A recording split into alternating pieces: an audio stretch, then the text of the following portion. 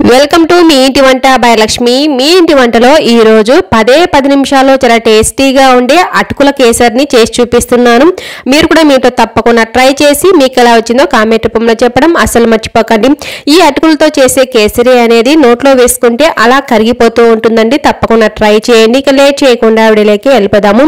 ఈ అటుకుల కేసరి ప్రిపేర్ చేసుకోవడానికి ముందుగా స్టవ్ మీద ఒక కడాయి పెట్టేసుకొని 1 కప్పు మందపాటి అటుకులు వేసుకొని స్టవ్ ని లో టు మీడియం ఫ్లేమ్ కి అడ్జస్ట్ చేసుకుంటూ క్రిస్పీగా వచ్చేంత వరకు వేయించుకోవాలి. డ్రైగానే అటుకులు ఈ విధంగా క్రిస్పీగా వేయించుకున్న తర్వాత వీటిని ఒక మిక్సీ జార్లో వేసుకొని చల్లారిన తర్వాత రవ్వలాగా గ్రైండ్ చేసుకోవాలి. మెత్తగా పౌడర్ లాగా గ్రైండ్ చేయకూడదు. అటుకులు క్రిస్పీగా వచ్చిన తర్వాతే గ్రైండ్ చేసుకోవడం వల్ల మనకు వీడియోలో చూపిస్తున్నట్లుగా రవ్వలాగా వచ్చేస్తుంది. ఈ విధంగా వచ్చిన తర్వాత ఇప్పుడు ఈ రవ్వను పక్కన పెట్టేసుకోవాలి. ఇప్పుడు ఇదే కడాయిలోనే 2 టేబుల్ స్పూన్ల నెయ్యి వేసుకుంటున్నాను. నెయ్యి వేడైన తర్వాత ఇందులో కొద్దిగా జీడిపప్పు వేసుకున్నాను. జీడిపప్పు లైట్గా వేయించుకున్న తర్వాత కొద్దిగా ఎండు ద్రాక్షను కూడా వేసుకొని ఎండు ద్రాక్ష అనేది కొద్దిగా ఉబ్బిన తర్వాత పక్కకు తీసుకోవాలి. ఎక్కడే కానీ మాడకూడదు. ఈ డ్రై ఫ్రూట్స్ ని పక్కకు తీసుకుంటే సరిపోతుంది. మీ దగ్గర డ్రై ఫ్రూట్స్ ఇంకా ఉంటే వేరే కూడా వేసుకోవచ్చండి. బాదము ఇంకా పిస్తా కూడా వేసుకోవచ్చు. ఇప్పుడు ఇదే కడాయిలో నెయ్యి ఉంది కదా, ఇందులోనే 2 కప్పుల నీళ్లు వేసుకుంటున్నాను. నీళ్లు బాగా మరుగుతూ ఉన్నప్పుడు ముందుగా గ్రైండ్ చేసుకున్న అటుకుల రవ్వని ఇందులో వేసుకోవాలి. ఇప్పుడు స్టవ్ ని మీడియం ఫ్లేమ్ లో పెట్టేసుకొని బాగా కలుపుకోవాలి. ఇప్పుడు ఈ రవ్వ అనేది బాగా ఉడికిపోయి మెత్తగా వచ్చిన తర్వాత ఇందులో 3/4 కప్పు చక్కెర వేసుకోవాలి. 3/4 కప్పు చక్కెర అనేది కరెక్ట్గా సరిపోతుంది. మీకు స్వీట్ తక్కువ కావాలంటే 1/2 కప్పు వరకు వేసుకుంటే సరిపోతుంది. నేనైతే 3/4 కప్పు చక్కెర వేసుకొని ఈ విధంగా కలుపుకున్నాను. చక్కెర కరిగిన తర్వాత ఒక చిటక ఆరెంజ్ రెడ్ ఫుడ్ కలర్ని వేసుకున్నాను. మొత్తం కూడా బాగా కలిసేటట్టు కలుపుకోవాలి. ఫుడ్ కలర్ మీకు ఇష్టం లేకుంటే స్కిప్ చేస్తే సరిపోతుంది. ఇప్పుడు ఇందులోనే 1/2 టీ స్పూన్ యాలకుల పౌడర్ కూడా వేసుకున్నాను. మొత్తం కూడా బాగా కలిసేటట్టు కలిపేసుకోవాలి. ఇలా కలుపుకున్న తర్వాత ఇప్పుడు ఇందులో 1 టీ స్పూన్ నెయ్యి వేసుకుంటున్నాను. ఇప్పుడు నెయ్యి వేసుకోవడం వల్ల కేసరి అనేది షైనీగా కనిపిస్తుందండి. మీకు ఇష్టం లేకుంటే నెయ్యి అనేది స్కిప్ చేసేయచ్చు. ముందుగా 2 టేబుల్ స్పూన్ వేసుకున్నాం కదా, దానితోనే మనకు కేసరి అనేది రెడీ అయిపోతుంది. ఇప్పుడు ఇందులో ముందుగా వేయించి పెట్టుకున్న డ్రై ఫ్రూట్స్ని కూడా వేసుకొని మొత్తం బాగా కలిసేటట్టు కలిపేసుకొని స్టవ్ ఆఫ్ చేసుకుంటే మనకు అటుకుల కేసరి అనేది రెడీ అయిపోతుంది. చూసారు కదా, అచ్చం రవ్వతో చేసినట్లే ఉంటుంది కదా. మీరు కూడా మీ ఇంట్లో తప్పకుండా ట్రై చేయండి. 10 నిమిషాల్లో ఈ విధంగా అటుకుల కేసరిని ప్రిపేర్ చేసుకోవచ్చు. ఈరోజు అటుకుల లడ్డూల్ని చేసి చూపిస్తున్నాను. అది కూడా బెల్లంతో చాలా హెల్తీగా టేస్టీగా తక్కువ టైంలో ఏ విధంగా ప్రిపేర్ చేసుకోవాలో చేసి చూపిస్తున్నాను. ఇక మనం లేట్ చేయకుండా వీడియోలోకి వెళ్ళిపోదాము. ఈ అటుకుల లడ్డూని ప్రిపేర్ చేసుకోవడానికి ముందుగా స్టవ్ మీద ఒక కడాయి పెట్టేసుకొని 2 కప్పుల అటుకులు వేసుకుంటున్నాను. అటుకులు వేయించుకునేటప్పుడు ఇందులో నెయ్యి కానీ ఆయిల్ కానీ వేసుకోవాల్సిన అవసరం ఉండదు. ఈ విధంగా డ్రైగానే రోస్ట్ చేసుకుంటే సరిపోతుంది. స్టవ్ ని లో టు మీడియం ఫ్లేమ్ లో పెట్టేసుకొని ఇలా కలుపుకుంటూ ఉన్నామంటే మనకు క్రిస్పీగా వేగిపోతాయండి ఈ అటుకులు అనేటివి. మనకు వేయించేటప్పుడే చూసారు కదా, ఈ విధంగా పొడిపొడిగా తెలుస్తుంది కదా, అలాగే గలగలమని సౌండ్ కూడా వస్తుంది. క్రిస్పీగా వచ్చేంత వరకు వేయించుకోవాలి. అలాగే మనము చేత్తో ప్రెస్ చేసి చూసినా సరే మనకు క్రిస్పీగా వచ్చేసినట్టు తెలుస్తుందండి. కొద్దిగా ప్రెస్ చేసి చూసామంటే పొడిపొడి అయిపోతుంది. అప్పటి వరకు ఇలాగే కలుపుకుంటూ ఉండాలి. చూసారు కదా, ఇలా పొడిపొడిలాగా గలగలమని సౌండ్ వస్తున్నప్పుడు చేత్తో ఇలా ప్రెస్ చేసి చూసామంటే ఇలా పొడిపొడిలాగా అవుతుంది. ఈ విధంగా వేయించుకున్న తర్వాత ఇప్పుడు స్టవ్ ఆఫ్ చేసుకొని ఈ అటుకుల్ని వేరొక ప్లేట్లో వేసుకోవాలి. ఈ అటుకులు ఈ విధంగా ప్లేట్లో వేసుకొని చల్లారనివ్వాలి. ఈ లోపు ఒక మిక్సీ జార్ తీసుకొని 1/2 కప్పు ఎండు కొబ్బరి వేసుకొని పొడిలాగా గ్రైండ్ చేసుకుంటున్నాను. ఈ విధంగా పొడిలాగా గ్రైండ్ చేసుకున్న తర్వాత ఇదే మిక్సీ జార్లో ఇప్పుడు చల్లారిన అటుకులను కూడా వేసుకుంటున్నాను. ఈ అటుకులను కూడా వేసుకొని మనము గ్రైండ్ చేసుకోవాలి. మరి మెత్తగా గ్రైండ్ చేసుకోకుండా రవ్వలాగా గ్రైండ్ చేసుకోవాలండి. చూసారు కదా, వీడియోలో చూపించినట్లుగా ఈ విధంగా గ్రైండ్ చేసుకోవాలి. మరి ఎక్కువ రవ్వగా కాకుండా ఇలా మనకు చిన్న రవ్వలాగా కనిపించాలండి. సూజీ రవ్వ అంటారు కదా, ఆ రవ్వలాగా కనిపించేటట్టు గ్రైండ్ చేసుకున్నాను. ఇప్పుడు ఈ అటుకులు కొబ్బరి పొడిని ఒక మిక్సింగ్ బౌల్లో వేసేసుకున్నాను. ఈ విధంగా వేసుకున్న తర్వాత మొత్తం కూడా బాగా కలిసేటట్టుగా కలుపుకుంటున్నాను. మనము కొబ్బరి అనేది ముందుగా వేసాము, తర్వాత అటుకులు వేసాం కదా, రెండు కూడా బాగా కలిసేట్టుగా ఈ విధంగా చేత్తో కలిపి రెడీగా పెట్టుకోవాలి. ఈ విధంగా కలుపుకున్న తర్వాత ఇప్పుడు పావు టీ స్పూన్ యాలకుల పౌడర్ వేసుకున్నాను మంచి ఫ్లేవర్ కోసము. ఇప్పుడు స్టవ్ మీద ఒక కడాయి పెట్టేసుకొని 1 టేబుల్ స్పూన్ నెయ్యి వేసుకున్నాను. నెయ్యి వేడైన తర్వాత ఇందులో కొద్దిగా జీడిపప్పు వేసుకున్నాను. జీడిపప్పు కొద్దిగా వేయించుకున్న తర్వాత ఇందులోనే కిస్మిస్ కూడా వేసుకుంటున్నానండి. ఎండు ద్రాక్షను కూడా వేసుకొని వేయించుకోవాలి. స్టవ్ని లో టు మీడియం ఫ్లేమ్లో పెట్టేసుకొని ఈ విధంగా వేసేసుకొని దోరగా వేయించుకోవాలండి. ఈ విధంగా బాగా వేయించుకోవాలండి. ఇలా వేయించుకున్న తర్వాత ఇప్పుడు డైరెక్ట్గా అటుకులు కొబ్బరి పొడి వేసుకున్న మిక్సింగ్ బౌల్లోనే వేసేసుకుంటున్నాను. ఈ విధంగా వేసేసుకున్న తర్వాత కడాయిని స్టవ్ మీద పెట్టేశాను. ఇప్పుడు ఈ మిక్చర్ని మొత్తం కూడా బాగా కలిపేసుకుంటున్నాను. ఇందులో నెయ్యితో కూడా వేసుకున్నాం కదా, నెయ్యి కూడా అటుకులు కొబ్బరి పొడికి బాగా పట్టే విధంగా ఇలా కలిపి రెడీగా పెట్టుకోవాలి. వేడి మీదనే కలిపి పెట్టుకున్నామంటే చాలా బాగుంటాయండి లడ్డూలు. ఈ విధంగా కలిపి రెడీగా పక్కన పెట్టేసుకోవాలి. మొత్తం కూడా బాగా కలిసేటట్టుగా. చూసారు కదా, బాగా కలిపి రెడీగా పెట్టేసుకున్నాను. ఇప్పుడు స్టవ్ మీద అదే కడాయి పెట్టేసుకున్నానండి. డ్రై ఫ్రూట్స్ వేయించుకున్న కడాయి పెట్టేసుకుని 1 కప్పు బెల్లం తురుము, పావు కప్పు వాటర్ వేసుకున్నాను. స్టవ్ని మీడియం టు హై ఫ్లేమ్కి అడ్జస్ట్ చేసుకుంటూ ఈ విధంగా మిక్స్ చేసుకుంటూ ఉన్నామంటే బెల్లం అనేది తొందరగా కరిగిపోతుంది. బెల్లం కరిగిన తర్వాత ఇక్కడ మనము పాకాన్ని చెక్ చేసుకోవాలి. పాకం మనకు తీగ పాకం కూడా రావాల్సిన పని లేదండి. కొద్దిగా పట్టుకుంటే జిగురులాగా తెలుస్తుంది. చూసారు కదా, ఈ విధంగా రావాలి. ఈ విధంగా వచ్చిన తర్వాత స్టవ్ ఆఫ్ చేసుకోవాలండి. ఇప్పుడు ముందుగా మనము అటుకుల మిక్చర్ ఉంది కదా, అటుకుల మిక్చర్లో ఇలా ఒక స్ట్రైనర్ పెట్టేసుకొని ఈ బెల్లం వాటర్ని ఫిల్టర్ చేసుకోవాలి. పాకాన్ని మాత్రం కరెక్ట్గా చెక్ చేసుకోవాలండి. ఎక్కువ ఉండకూడదు, తక్కువ ఉండకూడదు. తక్కువ ఉంటే లడ్డూలు తొందరగా పాడైపోతాయి, ఎక్కువ ఉన్నాయనుకోండి లడ్డూలు గట్టిగా అయిపోతాయి. కాబట్టి కరెక్ట్గా చూసుకోండి. ఈ విధంగా కొద్దిగా వేసుకుంటూ మనము బెల్లం వాటర్ని ఇలా కలుపుకోవాలి. మరి ఈ విధంగా కలుపుకున్న తర్వాత లడ్డూలు చుట్టడానికి వీలుగానే ఉంది కదా అనేసి ఇంతవరకు ఆపేయకూడదండి. మనకు చల్లారిన తర్వాత పొడి పొడిగా అయిపోతాయి. కాబట్టి బెల్లం వాటర్ మనం వేసిన కొలతల ప్రకారము ఈ బెల్లం వాటర్ కరెక్ట్గా సరిపోతుంది. మొత్తం వేసేసుకోవాలి. చూసారు కదా, మిగతా బెల్లం వాటర్ కూడా వేసుకొని కలుపుకుంటున్నాను. ఈ విధంగా మనకు లూజ్గా తెలియాలండి. అప్పుడే మనకు బెల్లం లడ్డూలు పర్ఫెక్ట్గా వచ్చేస్తాయి.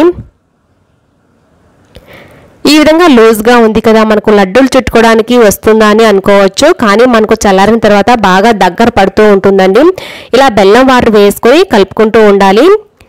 చల్లారేంత వరకు ఇలా కలుపుకుంటూ ఉన్నామంటే మనకు బాగా దగ్గర పడుతుందండి. చూసారు కదా, కొద్దిసేపటికి ఇలా దగ్గర పడి ఉంటుంది. ఇంకా మనకు చాలా ఎక్కువ వేడిగానే ఉంటుందండి. బెల్లం వాటర్ వేడిగా వేసుకున్నాం కదా. ఇంకా మనకు బాగా గోరువెచ్చగా వచ్చేంత వరకు కలుపుకోవాలి.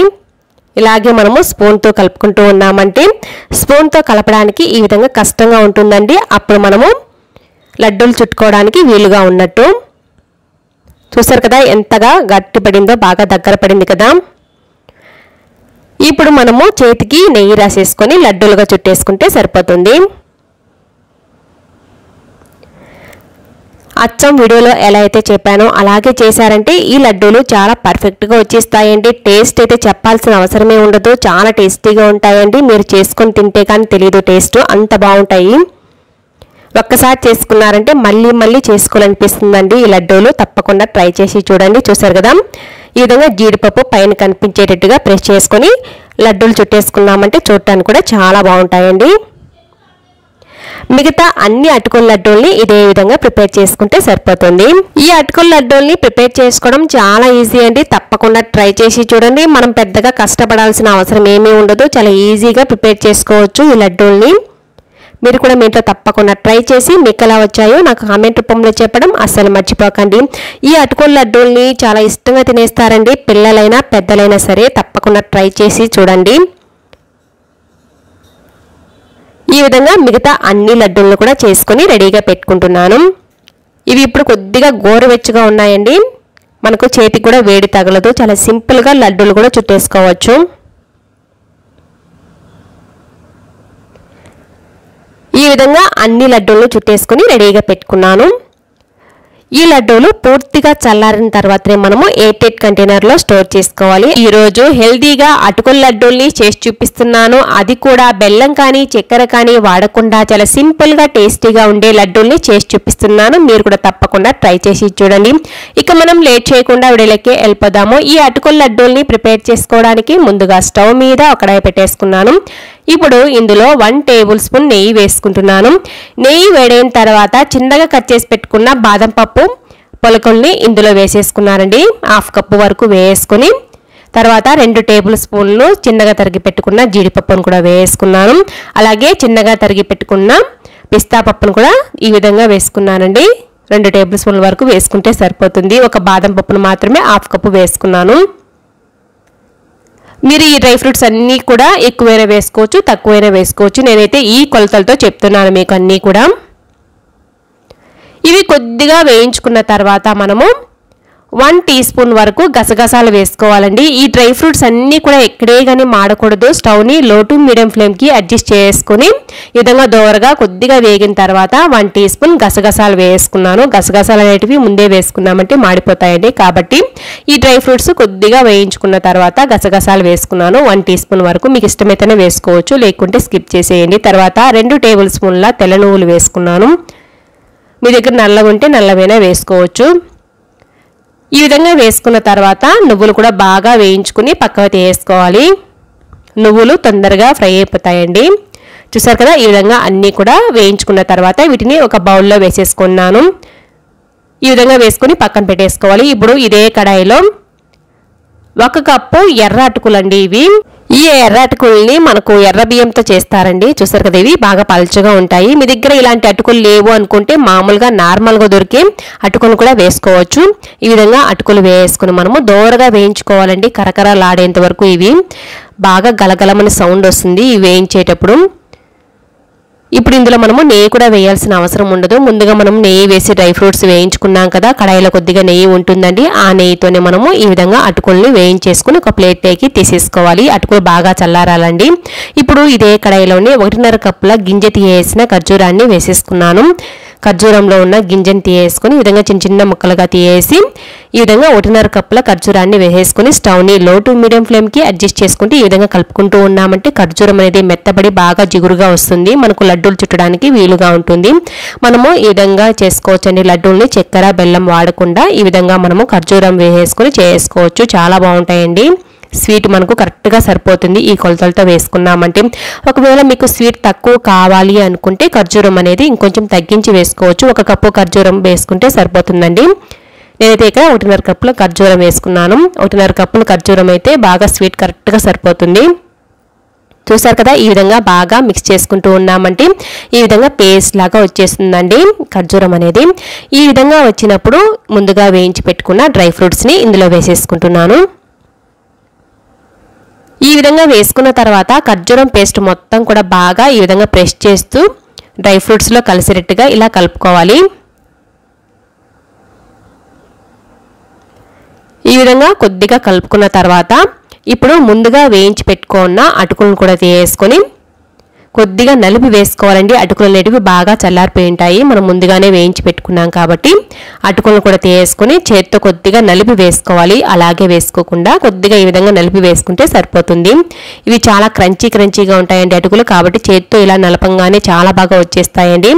మనము మిక్సీ జార్లో వేసుకొని బరకగా గ్రైండ్ చేసి కూడా వేసుకోవచ్చు. నేనైతే ఇదే విధంగా వేస్తున్నాను. మనకు మధ్యలో తినేటప్పుడు కొంచెం క్రంచీగా తెలియటం బాగుంటుందండి టేస్ట్. కాబట్టి ఈ విధంగా ఒకసారి ట్రై చేయండి. అటుకులను కూడా ఈ విధంగా వేసుకొని మొత్తం కూడా బాగా ఈ ఖర్జూరం పేస్ట్లో కలిసేటట్టుగా కలిపేసుకోవాలి. ఖర్జూరం పేస్ట్ని కొద్దిగా ప్రెస్ చేస్తున్నట్లుగా ప్రెస్ చేస్తూ కలుపుకోవాలండి. అప్పుడే ఈ పేస్ట్ మొత్తము అటుకులు డ్రై ఫ్రూట్స్లోకి బాగా కలిసిపోతుంది. ఇప్పుడు మనము స్టవ్ని లో ఫ్లేమ్లో పెట్టేసుకొని ఇలా కలుపుకుంటున్నాము. చూసారు కదా, ఈ విధంగా పేస్ట్ని ఈ విధంగా ప్రెస్ చేస్తూ కలుపుకుంటే బాగా మనకు ఖర్జూరం పేస్ట్ కలిసిపోతుందండి మొత్తం కూడా. ఈ విధంగా ప్రెస్ చేసుకోవాలి. ఈ విధంగా మొత్తం కూడా బాగా కలిపేసుకున్న తర్వాత స్టవ్ని ఆఫ్ చేసి పక్కన పెట్టేసుకుంటే సరిపోతుందండి. ఒకవేళ మీకు ఈ విధంగా రాలేదు, ఉండ చుట్టడానికి కష్టంగా ఉంది అనుకునేటట్టయితే కొద్దిగా తేనె కూడా వేసుకోవచ్చండి. 1 నుంచి 2 టేబుల్ స్పూన్ల వరకు తేనె వేసుకొని ఒకసారి బాగా కలిపేసుకొని మనము ఉండలు చుట్టేయచ్చు. నేనైతే ఇక్కడ తేనె వేసుకోవట్లేదు. ఈ ఖర్జూరం పేస్ట్తోనే ఈ విధంగా ప్రెస్ చేసుకొని లో ఫ్లేమ్లో పెట్టేసుకొని బాగా కలుపుకుంటూ ఉన్నామంటే ఈ విధంగా వచ్చేస్తుంది. ఇప్పుడు స్టవ్ ఆఫ్ చేసుకుని పక్కన పెట్టేసుకున్నానండి. ఇది పూర్తిగా చల్లారిన తర్వాత మనము లడ్డూలు చుట్టేసుకోవచ్చు. వేడిగా ఉన్నప్పుడే చుట్టాలని ఏమీ లేదండి. ఇప్పుడు గోరువెచ్చగా ఉంది. గోరువెచ్చగా ఉన్నప్పుడు చేతికి కొద్దిగా నెయ్యి రాసేసుకొని చేతికి అంటుకోకుండా ఈ విధంగా లడ్డూలు చుట్టేసుకుంటే సరిపోతుంది మనకు నచ్చిన సైజులో. చూసారు కదా, ఈ విధంగా లడ్డూలను చుట్టేసి పెట్టుకుంటే సరిపోతుంది.